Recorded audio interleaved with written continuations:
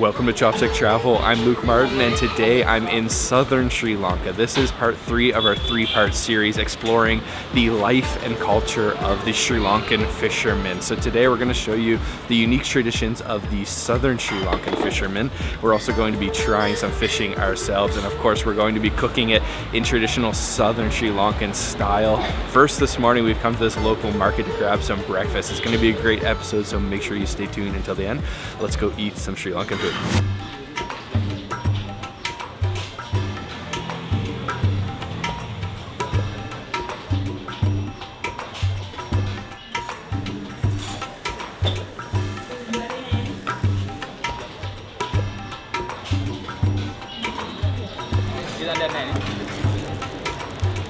So this is a market that's only set up in the morning and it's exclusively operated by women. They're serving all sorts of different Sri Lankan breakfast foods, and we went with something called undu tose. So it's a tose, like a dosa, but it's made with white lentil flour. So she's frying them up fresh. They kind of start bubbling almost like a little pancake, then folded over and then served with vegetable curry gravy and then a little bit of coconut sambal. And this is the final result here. I ordered up 2 of the tose. This is the coconut sambal. I'll just rip a little piece off and then you can just dip it in the gravy here, this vegetable gravy. All vegetarian. It's actually really salty. I wasn't expecting that. It's super salty, but the tose has got amazing fluffy texture. It's kind of crispy on the bottom, but then really soft on the top still. Let's try it with some of this coconut sambal here.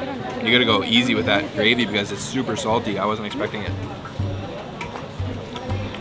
Oh yeah. It's also got like a little bit of a sourness to it. I love that coconut. Coconut tastes amazing with it. And this dosa just soaks up all that gravy. Definitely a little bit of spice to it. Not too much though. Perfect for breakfast. We're just filling up before we start our fishing adventure here in southern Sri Lanka. Something a little sweet to wash away the saltiness. This is called kaum. It's a dessert, Sri Lankan dessert, and they just fry it in oil and they stick a little stick inside of it and then kind of work the oil until it gets this unique kind of, I don't know what you want to call that shape. Nipple? That's what I call it. That's what it looks like. Let's try it out. There's some spices in there as well. Like, it's not spicy, but it tastes a little bit of cinnamon. It's definitely sweet, and it's not crunchy, but it's got a firm texture. Yum. Nice little Sri Lankan breakfast to start our day. Let's go fishing.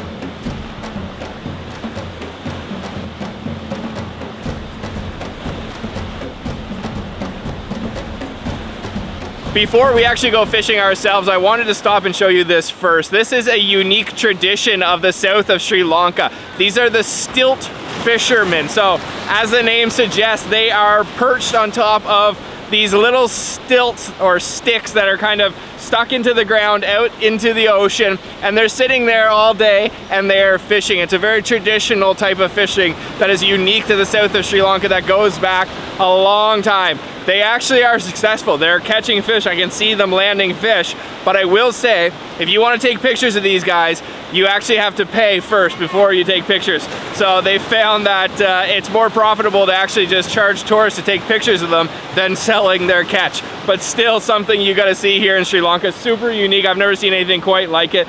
I don't think that looks very comfortable whatsoever, but seriously cool. I've never seen it before. Make sure you pay first, like I said, because they can get pretty nasty if you don't pay up front first.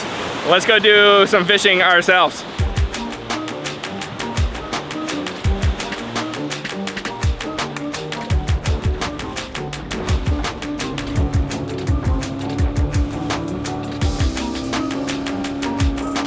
We just left shore, we're heading out into the deeper waters. The water here is absolutely beautiful, crystal clear, full of marine life. You can actually, sometimes if you're really lucky, spot blue whales in the waters off Sri Lanka, the largest, I think, animal in the entire world. We saw a sea turtle. Later we'll probably go snorkeling and see if we can spot some more sea turtles.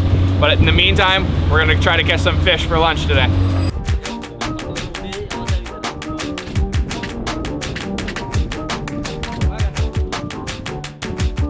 So they baited the hook with a little bit of squid, and we're just using a spool with some fishing line on it, no rod, and just jigging about a meter off the bottom. And hopefully we're gonna catch some mullet. There's also tuna. See what we catch.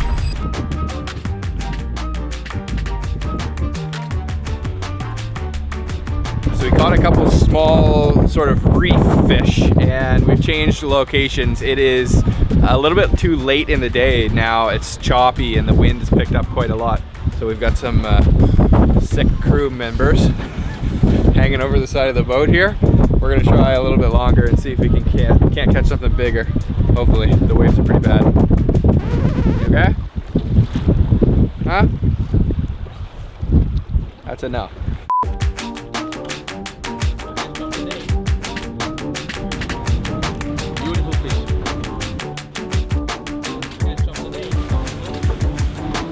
So we spotted a big flock of birds, which is always a good sign. It means there's fish, and we've got the rods out now. We're kind of circling around the feeding frenzy and hopefully gonna land something bigger than what we already caught. A few moments later. So no luck other than the small reef fish that we caught. They insisted we keep them even though I thought we should release them. So that's fishing for you. I guess we're gonna have to go to the market and buy some lunch today. That experience. It was, I mean, for me it's awful because it's so windy, and like I threw up a couple of times because when the boat stopped for fishing, I couldn't control myself. And then on the way back, somehow the boat driver, he just turned the motors like so fast, and the boat was like up and down the skies like that, and I was like, oh my god, like I don't want to die here, like, to be honest with you guys. Like, I'm so dizzy, and then I have to experience that. Like, I'm sorry, but this is not what I expect. Not what you signed up for? At all. It's not what I signed up for, and it's not what I expect at all. I mean, I think we were safe the whole time. It was just really choppy and not easy to film when your cameraman's puking over the side of the boat. And Luke was like, Mink, come here. And I was like, that's enough.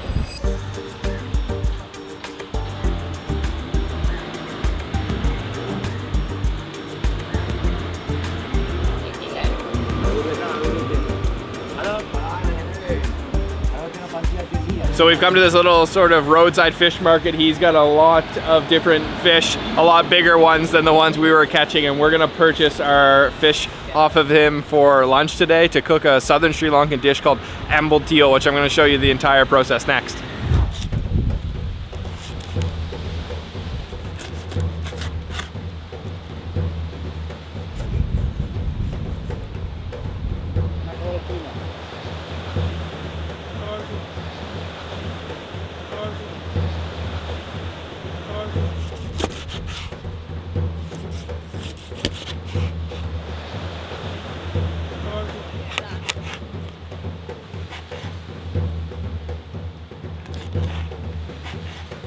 So we ended up going for a fish that's called a mackerel tuna. It is a pretty decent sized fish, and we've come right on the beach to cook it up into the ambulthiyal. So he's just chopping it up now. Really dark red flesh in this mackerel.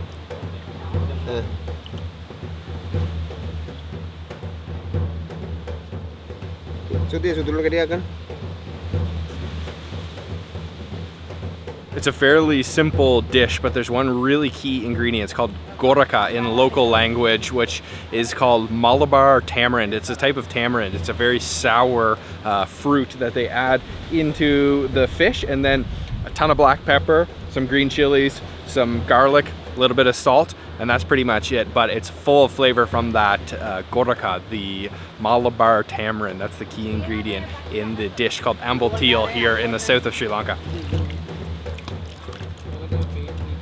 So the characteristic of Ambulthiyal is its black color, and that is because of the tamarind that they add in there, the Malabar tamarind, and also a ton of black pepper. It's a very simple dish, and now it's just cooking away on the wood fire while we enjoy the beautiful views of the southern coast of Sri Lanka. It is absolutely gorgeous here.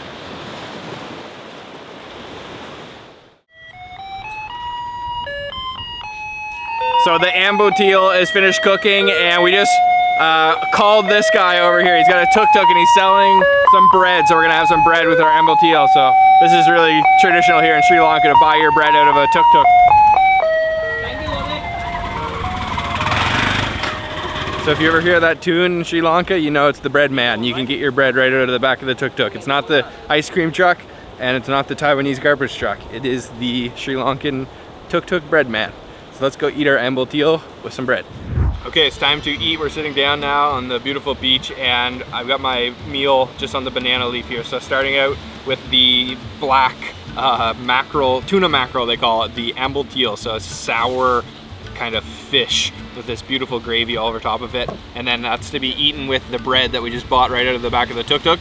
And then this is a type of sambal. They call it pole sambal, but this is a little bit different than the other pole sambal we've tried. This is the southern style with curry leaves and spices, turmeric. It's basically just shredded coconut. And then this back here is another dish cooked with those small fish that we caught this morning, that we actually caught ourselves. But I've got to go in with some of this bread and go in for a piece of the Ambulthiyal. Let's try that.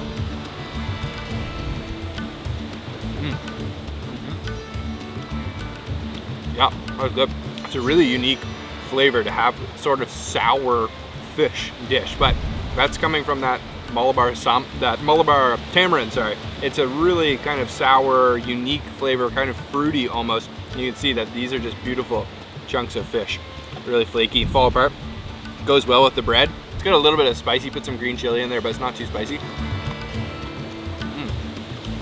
It's like a toasted bread. A really unique dish, especially popular here in southern Sri Lanka. You gotta try the Ambulthiyal. Let me try a little bit of just some of that sauce. I really want to get this piece with a lot of that sauce, and then some of the sambal, that pole sambal, that shredded coconut. Yeah, I love that fresh coconut flavor. The sambal's a little spicy too.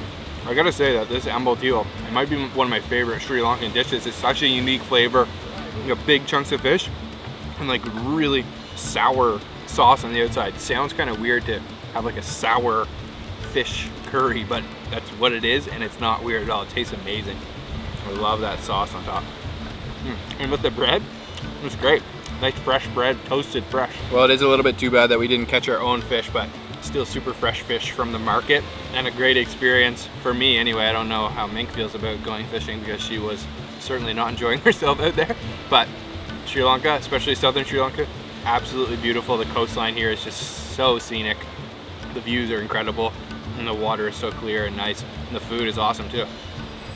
Really interesting flavor with the strong black pepper and the sour Malabar tamarind. It makes for a really unique dish that you must try here in southern Sri Lanka. Like I said, it's definitely one of my favorite dishes. That probably wasn't the best version of it I've ever had, that's for sure. But we're gonna head now to the nearby town of Galle, which is famous for its old town, its old fort. We're gonna take a look around the fort, see what we can find.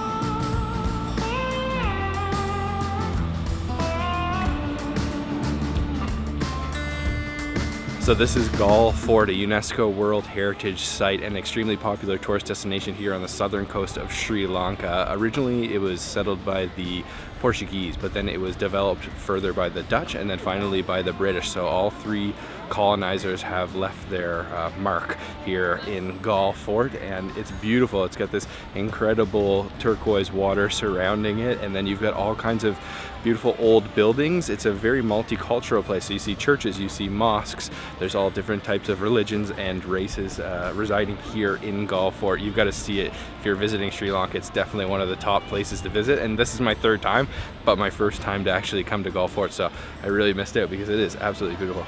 Really beautiful colonial architecture here in Galle Fort. It's completely different than the rest of Sri Lanka. It's a very unique place to visit here, but we're gonna take you back to our hotel now and give you a quick tour before sunset.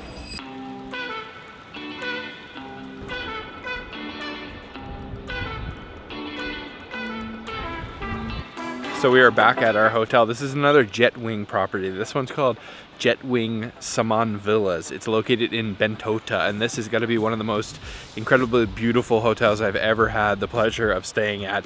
It's on this little rocky outcrop between two gorgeous beaches, and there are only 27 rooms, all villas. Let me give you a little peek inside of ours. We have a private pool. It is incredible.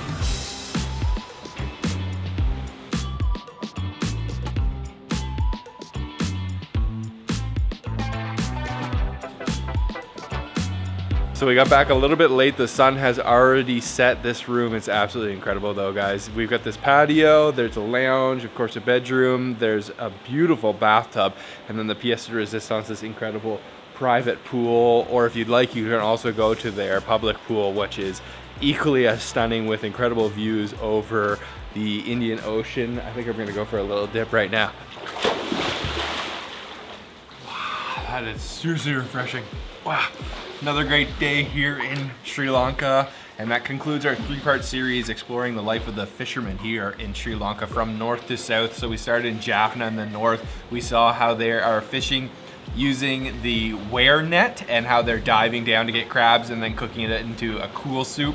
Then we went to Sigiriya in the central part of Sri Lanka and saw how they're doing lake fishing using an inner tube to float out there and then cooking up some fresh tilapia lake fish curry. And then today here in the south, we saw not only how they're fishing, how we attempted to fish using a spool and hand fishing, but we also saw the stilt fisherman, which was really cool. Huge thank you to you for following along on this series. Make sure if you haven't already, subscribe and hit the bell icon so you're notified. Huge thank you also to the Sri Lankan Tourism Board for inviting me back here to Sri Lanka. The slogan is, you'll come back for more, and it's true. This country has so much to offer. I keep coming back here. Absolutely love it. So I'll see you guys on the next episode of Chopstick Travel. Bye.